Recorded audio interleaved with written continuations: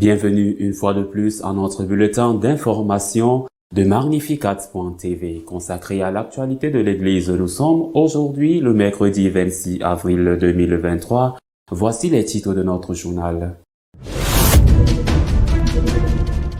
Le pape a déclaré qu'il y a plus de martyrs aujourd'hui qu'au cours des premiers siècles de l'Église, lorsque le christianisme était interdit dans l'Empire romain. Le cardinal Parolin s'est étonné que la famille Orlandi, qui a demandé à l'Église de l'aider à découvrir ce qu'il était devenu de leur fille, ne veuille plus coopérer. Le Vatican a interdit l'une des conclusions du synode allemand, la participation des laïcs à l'élection des évêques. Pour l'évêque des Seines, les catholiques qui veulent être fidèles à la parole de Dieu et à la tradition devront quitter l'Église lorsqu'elle acceptera les exigences du synode. Une église évangélique a été attaquée par des musulmans au Pakistan après qu'ils aient tenté d'abuser d'une jeune chrétienne, la fille du pasteur de l'église. Il y a plus de martyrs aujourd'hui que dans les premiers siècles de l'Église, a déclaré le pape dans son message d'audience générale de mercredi. Le pape a dédié la catéchèse de l'audience générale aux martyrs, dont il a dit qu'ils sont le fruit, la vigne du Seigneur. Le pontife a souligné qu'il y a plus de martyrs aujourd'hui qu'au cours des premiers siècles de l'ère chrétienne. Selon le pape, les martyrs sont des hommes et des femmes qui ont donné leur vie pour le Christ. Le mot martyr signifie témoin et dans l'Église, il est utilisé pour désigner ceux qui témoignent jusqu'à l'effusion de sang. En participant à l'Eucharistie, les chrétiens étaient conduits par l'Esprit à modeler leur vie sur le mystère de l'amour, le fait que le Seigneur Jésus avait donné sa vie pour eux et que, par conséquent, ils pouvaient et devaient eux aussi donner leur vie pour lui. Saint Augustin souligne cette dynamique de gratitude et d'échange gratuit du don. Le martyr, souligne le pontife, dans lequel le disciple ressemble au maître, est considéré par l'Église comme un don exalté et la preuve suprême de l'amour. Les martyrs, en imitant Jésus et avec sa grâce, transforment la violence de ceux qui rejettent l'annonce en une occasion suprême d'amour qui va jusqu'à pardonner à leur propre bourreau. François a déclaré que les martyrs sont nombreux dans l'Église aujourd'hui, plus nombreux que dans les premiers siècles. Pour avoir confessé la foi chrétienne, ils sont exclus de la société ou vont en prison. Le Concile Vatican II nous rappelle que les martyrs pardonnent toujours à leurs bourreaux. Pour le secrétaire d'État du Vatican, le cardinal Parolin, il est incompréhensible que la famille Orlandi ne veuille pas collaborer avec l'Église dans la recherche de leur fille. Le cardinal Parolin, secrétaire d'État du Vatican, a déclaré que le Saint-Cierge entendait contribuer à éclaircir le cas d'Emanuela Orlandi, la jeune Italienne disparue à l'âge de 15 ans le 22 juin 1983 et dont l'enquête a été réouverte en janvier dernier. Je pense que nous le devons avant tout à la mère qui souffre beaucoup, a déclaré Monseigneur Parolin en réponse aux questions des journalistes. Après que le frère de la jeune femme Pietro Orlandi a dénoncé un comportement inapproprié présumé de Jean-Paul II. Le pape François a qualifié ces accusations d'offensantes et infondées et a défendu la réputation du pontife polonais. Monseigneur Parolin a pris ses distances avec la stratégie suivie par le frère d'Emanuela et s'est étonné du manque de coopération avec la justice de la part de la famille de l'adolescente disparue. Nous sommes très surpris qu'il n'y ait pas eu de collaboration parce que c'est ce qu'il avait demandé. Alors, pourquoi faire marche arrière si brusquement? Je ne comprends pas. Notre intention est de faire toute la lumière sur cette affaire, a déclaré le cardinal Parolin. Les laïcs ne seront pas autorisés à participer à l'élection des évêques en Allemagne, comme le demande le synode allemand, a décidé le Vatican. Le Saint-Siège a souligné que les laïcs ne peuvent pas participer à l'élection d'un évêque et a ainsi rejeté une autre proposition de réforme du synode allemand. L'archidiocèse de Paderborn, qui avait prévu d'appliquer la règle approuvée par le synode, a été le premier à recevoir un refus énergétique de Rome. En septembre dernier, le diocèse allemand de Paderborn a accepté la réforme proposée par l'initiative synodale intitulée « Participation des fidèles à la nomination de l'évêque diocésain ». Pas tirage au sort, il a désigné 14 laïcs catholiques qui se joindront aux 14 membres du chapitre cathédral pour sélectionner une liste de candidats que le chapitre soumettra au pape. À Paderborn, les 14 membres du chapitre cathédral établissent une liste de candidats possibles, la présentent au Vatican qui choisit 3 noms dans la liste et les envoie à Paderborn. Le chapitre élit ensuite l'un des 3 candidats comme évêque. Le 12 avril, les 14 membres laïcs de Paderborn ont reçu une lettre du prévôt de la cathédrale les informant que pour garantir la légalité de l'élection épiscopale, le Vatican ne pouvait pas les autoriser à y participer. Le nonce apostolique en Allemagne, archevêque Nicolas Eterovic, avait transmis le message du Vatican qui avait été absolument clair à ce sujet, a souligné Monseigneur Gobel dans sa lettre. Monseigneur Gobel a regretté la décision du Vatican. La majorité des capitulaires de Paderborn s'était prononcée en faveur de l'extension du droit de vote aux fidèles laïcs.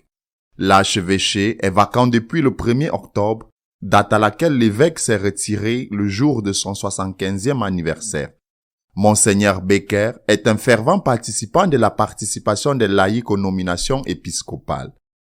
Paderborn devrait être un pionnier dans la nouvelle méthode d'élection des évêques et était surveillé de près par tous les diocèses allemands, car c'était le premier diocèse à devenir vacant après la décision synodale de réformer les nominations épiscopales. Le fait que le Vatican ait désormais expressément interdit la participation des laïcs aux nominations épiscopales aura un effet domino sur les autres diocèses allemands. L'évêque d'Essen s'est demandé comment ceux qui rejettent les conclusions du synode allemand resteront unis à l'Église lorsqu'elles seront imposées à tous. L'Église catholique est confrontée à des changements plus radicaux que lors de la Réforme, selon l'évêque d'Essen, Monseigneur Overbeck. Nous sommes à un moment de l'histoire de l'Église où il y a au moins autant de processus de changement qu'il y a 1000 ans, a-t-il déclaré. Il s'agit d'une évolution de la signification de l'Église en tant qu'institution, mais aussi du rôle de la religion dans les sociétés libérales contemporaines, a déclaré Monseigneur Overbeck. En Allemagne, a-t-il ajouté, il devient évident que l'Église arrive à la fin de son modèle social actuel. Il est nécessaire de tracer un chemin pour que quelque chose de nouveau puisse se développer à long terme. Monseigneur Overbeck a ensuite critiqué les catholiques de droite qui se rapprochent des fronts antidémocratiques. Tous ces trucs de droite, je n'en veux pas, a-t-il déclaré. Qu'il s'agisse d'église, de religion ou d'État, le plus grand danger aujourd'hui dans tous les groupes vient de la droite. La guerre actuelle est aussi une guerre d'idées sur la question de savoir si nous vivrons à long terme dans un système autoritaire ou libéral, a poursuivi l'évêque de la Roue. Ceux qui, au sein de l'Église catholique, défendent leur point de vue en évoquant la préservation de la tradition doivent toujours se demander quelle tradition ils défendent et si elle peut être vécue dans l'unité avec l'Église. Dans la pratique de la religion sous la forme de sa propre spiritualité, chacun est libre, mais ce que je ne veux pas, c'est de l'idéologie. Une église chrétienne du Pakistan a été attaquée par des fondamentalistes islamiques qui ont tenté d'agresser la fille du pasteur. Un groupe de 40 musulmans a fait irruption dans l'église évangélique Voice of Jesus à Kokar Town, dans la capitale pakistanaise Islamabad, pendant le culte du dimanche, attaquant et terrorisant les fidèles qui assistaient à l'office. L'incident a commencé par un harcèlement de rue. 3 jeunes musulmans ont commencé à harceler Charel, 20 ans, et sa sœur, 19 ans. Tous deux enfants du pasteur Khunas Jafet, responsable de l'église protestante. Charel leur a demandé d'arrêter d'importuner sa sœur, mais ils ont commencé à l'insulter et à la frapper avant de partir. Une demi-heure plus tard, pendant la célébration, un groupe de 40 à 45 personnes a attaqué l'église avec des barres de fer, des bâtons et des fusils chargés, tirant en l'air pour effrayer les fidèles. Dans le chaos général, des personnes ont été blessées et le bâtiment de l'église a été profané. L'assaut n'a pris fin qu'après l'arrivée de la police. Dans une interview accordée à Asia News, le pasteur Ramez Mounir, porte-parole de l'église Voice of Jesus, a déclaré: « Nous demandons au gouvernement de garantir la sécurité de nos églises et d'autoriser nos gardiens à porter des armes. Nous pratiquons nos rites pacifiquement, mais ces personnes qui prônent la violence ne respectent pas la loi du pays et nous dérangent parce que nous avons une foi différente. Dans la ville, ces musulmans sont connus pour leurs actions violentes. » Notre éditorial de cette semaine est fondamentalement consacré à l'interdiction faite par le Vatican aux laïcs des livres des évêques en Allemagne. L'une des caractéristiques de notre époque est la manipulation de la réalité, qui consiste à faire passer la vérité pour un mensonge et le mensonge pour la vérité. Cela a toujours été le cas. Ceux qui ont gagné des guerres ont raconté l'histoire en se présentant comme les victimes qui n'avaient pas d'autre choix que de mener cette guerre dont ils sont sortis victorieux. Mais cette manipulation de la réalité est aujourd'hui appliquée de manière quasi industrielle. C'est ce qu'on appelle la post-vérité. Et cette post-vérité, cette manipulation de la réalité a déjà commencé à prendre place au sein de l'Église catholique, dans cette lutte qui se livre entre ceux qui défendent la fidélité à la parole de Dieu et à la tradition, et ceux qui veulent une rupture totale, ou du moins très large avec tout ce qui s'est passé auparavant. Cette semaine, Monseigneur Overbeck, l'évêque d'Essen en Allemagne, l'un des idéologues de la voie synodale allemande, a déclaré que tous ceux qui s'accrochent à la défense de la tradition doivent se demander s'ils sont ou non en communion et en unité avec l'Église. Il aurait pu élargir et dire que ceux qui s'accrochent à la défense de la tradition et de la parole de Dieu, parce que les deux choses vont de pair. Pour lui, pour Monseigneur Overbeck, les changements qui ont lieu et qui vont avoir lieu, selon ses mots, sont les plus grands depuis 1000 ans. Il a utilisé ce chiffre. Et il a dit qu'ils sont beaucoup plus radicaux que les changements que Luther a voulu et appliquer et qui ont donné naissance à l'Église évangélique, à l'Église luthérienne.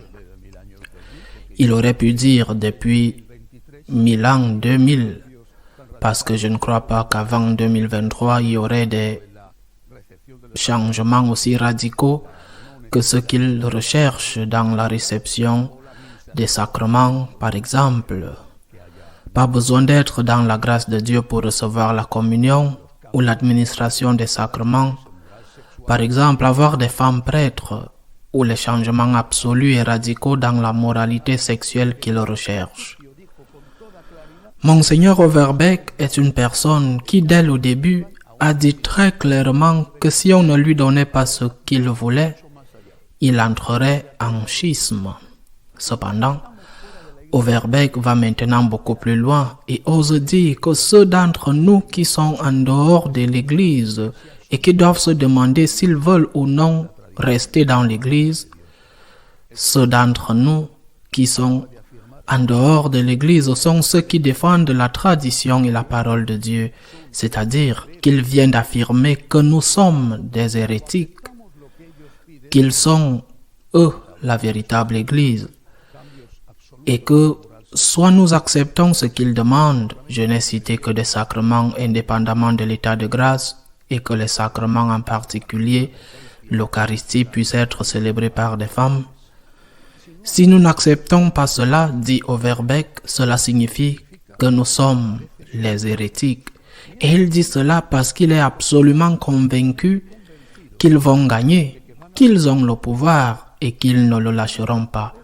C'est-à-dire que l'avenir leur appartient et que soit nous l'acceptons, soit nous devrons partir et nous serons considérés comme des hérétiques. Les hérétiques sont donc, selon Overbeck, tous ceux qui veulent être fidèles à ce que le Seigneur Jésus-Christ a enseigné et à ce que l'Église a enseigné pendant 2000 ans. Eux, ils sont la véritable Église. Nous sommes les hérétiques, dit-il.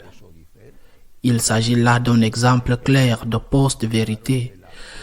Pourquoi a-t-il cette conviction? Et pas seulement lui. Pourquoi y a-t-il cette conviction généralisée que l'avenir est une Église qui va dans cette direction que nous pourrions appeler catho-protestante? Ils sont totalement convaincus, et c'est ce que les médias proclament, c'est commun. C'est une idée générale parmi les uns et les autres, que le pape est de leur côté. Presque tout le monde est convaincu que le pape est en faveur de ces changements. L'utilisation des médias pour marteler cette idée en a fait une opinion commune. Ils sont tous convaincus, et les médias le répètent sans cesse, que le prochain pape sera de leur ligne et sera encore plus radical que le pape François. Ils sont convaincus qu'ils vont gagner, alors ils osent déjà dire que ceux d'entre nous qui n'acceptent pas cela sommes des hérétiques et que nous devons envisager de quitter l'Église ou d'y rester, mais en acceptant tout ce qu'ils proposent. Ils se moquent de la réalité. Ils se moquent que la réalité soit différente. Ils se moquent que la réalité dise autre chose parce que la réalité ne compte pas pour eux. Ce qui compte pour eux, c'est leur fausse présentation de la réalité, la post-vérité. Et quand ils rencontrent des réalités qui ne leur plaisent pas, ils ne leur donnent pas d'importance. Overbeck lui-même l'a dit, que bien l'herbe pousse lentement et qu'on ne peut pas l'hériter, qu'on ne peut pas l'étirer pour qu'elle pousse plus vite. C'est-à-dire que si les progrès ne sont pas aussi rapides qu'ils le veulent, c'est une question de patience, mais que les progrès viendront sans aucun doute. Mais ces réalités qui vont à l'encontre de ce qu'ils disent, ces réalités existent. Cette semaine, il s'est produit un événement qui me semble très significatif. Le diocèse de Paderborn est resté sans évêque. L'évêque a démissionné pour des raisons d'âge. Dans ce diocèse particulier, le chapitre cathédral, les 14 chanoines qui le composent, ont le droit de présenter une liste de noms au pape pour que le pape en choisisse 3 dans cette liste. Et parmi ces 3, les chanoines en choisissent un qui sera le prochain évêque. Ils ont décidé que ces 14 chanoines devraient être rejoints par 14 laïcs, proposant parmi les 28 prêtres 14 laïcs suivant la ligne de ce qui a été approuvé dans le synode allemand, proposant parmi les 28 cette liste de noms pour l'évêque. Eh bien, le Vatican, par l'intermédiaire du nonce en Allemagne et donc au nom du pape, le pape qui, selon eux, est absolument d'accord avec ce qu'ils veulent, peu importe si la réalité dit le contraire, Mais se soucie-t-il de la réalité? Eh bien, le pape, à l'intermédiaire d'une nonce qui parle au nom du pape, leur a dit qu'il ne pouvait pas ajouter ces 14 laïcs au groupe de personnes qui allaient décider du nom du futur évêque. Il ne peut s'agir, comme il est prévu, que des seuls chanoines. L'une des applications les plus concrètes du synode allemand a été renversée. Il s'en fiche. Il continue d'insister sur le fait que le pape est de notre côté. Mais si tout, à chaque fois, vient à dire le contraire, il s'en fiche parce qu'il ne se soucie pas de la réalité. Il se soucie de ce qu'ils disent être la réalité. Mais ce n'est pas tout. Ils doivent aussi considérer comme une chose insignifiante le fait que l'on ait appris cette semaine que l'ancien évêque de Fribourg, qui était le président de la conférence épiscopale allemande, Monseigneur Solitz, était connu pour avoir été le protecteur de prêtres pédophiles pendant des années, des prêtres qui ont commis non pas 1, ni 2, ni 10, mais des centaines d'abus sur des mineurs. Solitz lui-même a admis que c'était vrai. Ils sont dans la crasse jusqu'au cou. Car ce n'est pas Solitz, ni la semaine dernière Monseigneur Bode, l'évêque d'Osnabrück, qui a dû démissionner pour une affaire similaire, ni Monseigneur Batting lui-même, le président de l'épiscopat, qui est également accusé de la même chose, ni le cardinal Marx, l'archevêque de Munich, qui est également accusé de la même chose, qui est également trempé dans des histoires de protection de prêtres qui ont abusé des mineurs. Ils sont si nombreux qu'ils sont dans la crasse jusqu'au cou et que leur façon d'avancer, leur façon de ne pas se faire écraser est de prendre la tête de ce changement radical qui, selon eux, est un changement beaucoup plus radical que celui promu par Luther. Ils sont convaincus que l'avenir leur appartient. Tout le monde le pense, du moins la grande majorité, eux et les autres. Nous sommes l'avenir, nous allons gagner, nous avons le pouvoir, nous n'allons pas lâcher, insiste-t-il, bien que la réalité dise le contraire, bien que le pape ne leur donne pas raison. Le pape est de leur côté, disent-ils, bien sûr qu'ils ont le contrôle du collège des cardinaux et que le prochain pape sera absolument radical. Ils n'ont qu'un problème, un problème très important. Ils ont perdu la foi, vraiment. Ils ont perdu la foi. Ils ont perdu la foi en Dieu. Et comme ils ont perdu la foi en Dieu, ils ne croient plus que Dieu intervienne dans l'histoire de l'homme et que Dieu ait quelque chose à dire dans cette situation. Ils ont tout ficelé et bien ficelé. Et ils se comportent avec l'arrogance des vainqueurs qui vont raconter la réalité du point de vue de celui qui a gagné. Et l'hérétique sera celui qui veut être fidèle au Christ. Et ils seront les catholiques authentiques. Je ne sais pas ce qui se passera. Peut-être que cela nous arrivera comme cela s'est produit dans la lutte pour la divinité du Christ. Une lutte qui se répète parce que c'est là le problème. Dans cette lutte pour la divinité du Christ, lorsque saint Athanase a dû faire face aux ariens et que la majorité, presque tous les évêques étaient ariens et niaient la divinité du Christ, et que seuls quelques rares évêques ont insisté pour dire le Christ est un vrai homme et vrai Dieu, saint Athanase a été banni 3 fois. Et l'une de ces fois, il a dit cette phrase: les ariens ont gagné. Ils ont les églises, mais nous avons la foi. Et à la fin, c'est saint Athanase qui a gagné. Gardons la foi. Ils ont tout ficelé et bien ficelé.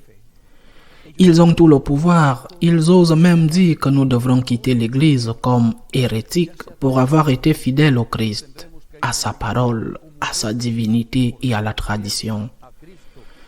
Ils osent même dire ça, et peu importe que les scandales les plus dégueulasses les éclaboussent un jour et le lendemain, ils ont, ou du moins, ils pensent qu'ils ont tout le pouvoir. Mais Dieu existe. Peut-être un jour nous devrons voir que nous avons perdu les églises. Mais si nous avons gardé la foi, il arrivera la même chose, qu'au IVe siècle, il arrivera qu'à la fin, le Christ vaincra et nous continuerons à professer la foi de nos pères, la foi d'il y a 2000 ans, et nous continuerons à être fidèles, même si nous sommes pécheurs, à cette foi et à ses enseignements. À la semaine prochaine, si Dieu le veut. Si vous souhaitez être au courant de ce qui se passe dans l'Église, vous pouvez le faire à travers notre page d'information Magnificat.tv. Nous continuerons à vous tenir informés de ce qui se passe dans l'Église. À nous revoir la semaine prochaine, si Dieu le veut.